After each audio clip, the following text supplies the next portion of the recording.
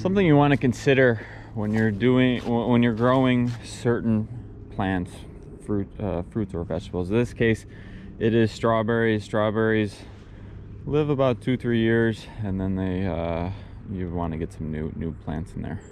But you can see very visibly snow, and then you see the beds themselves, and you see that it's not dirt anymore. Before winter happened, I put a nice blanket of chopped up leaves on that, and that's simply to provide a barrier of the winter cold on the roots. Since these plants, or strawberries in this case, are going to be coming up like a perennial, you want to make sure that they can make it through the winter. And when you hill them, such as what you do when you work with strawberries, you want to hill them to get them up out of the water, because it's a flesh fruit. So if it's in contact with the dirt or moist dirt, the flesh could mold and all that other stuff. So you want to get them up off the dirt, make sure it's nice and dry, make sure the roots go downward.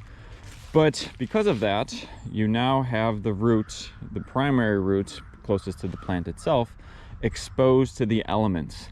If you had them into the dirt, into the ground themselves, you have that sides and underneath that are insulating it from winter in this case. But once you elevate them, now you're exposing those roots to the elements. So if you're going to go have this sort of setup when working with fruits in this case, you definitely want to have some sort of blanket to minimize the effect that cold, ice, snow might have on your root system. You can see I have all of my paths, all the cold, the ice, and the snow, but when it got onto the beds themselves, it is still cold in here, but I can definitely move a lot of the dirt a little easier than if I try getting my hands into these frozen mulch paths. So if you are going to have elevated beds for whatever perennial that you're using for your setup, make sure you have some sort of chopped up leaves to give them a blanket of warmth so they make it through the winter.